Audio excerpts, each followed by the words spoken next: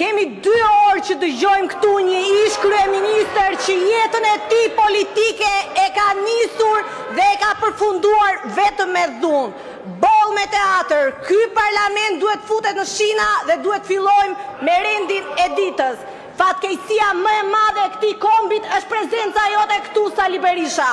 Po si nuk e turp dhe seder që vjen këtu në këtë parlament dhe gënjen, si nuk e turp.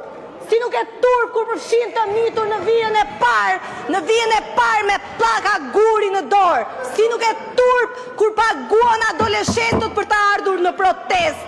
Si vjen këtu dhe gënjen dhe thua ajo ishte protestë paqësore. Por ti, doktor, je mësuar me gënjeshtrat, sepse ti mohove të afërmit e tu pasi vdiqën 26 persona në Gërdec. Ti ishe ai që i mohove. Sa më shumë që i sulmon shqiptarët, aq më shumë të njohin ata dhe aq më shumë do të groposin. Shumë shpejt janë në kilometrin e fundit zgjedhjet vendore që të tregojnë rezultatin si asnjëherë tjetër. Dhe sa pra të këndezi që ju dhimbset, 2% e asaj dhimbjes tu dhimbsësh ai kamionisti atje në Korçë. Faleminderit. Faleminderit, zot.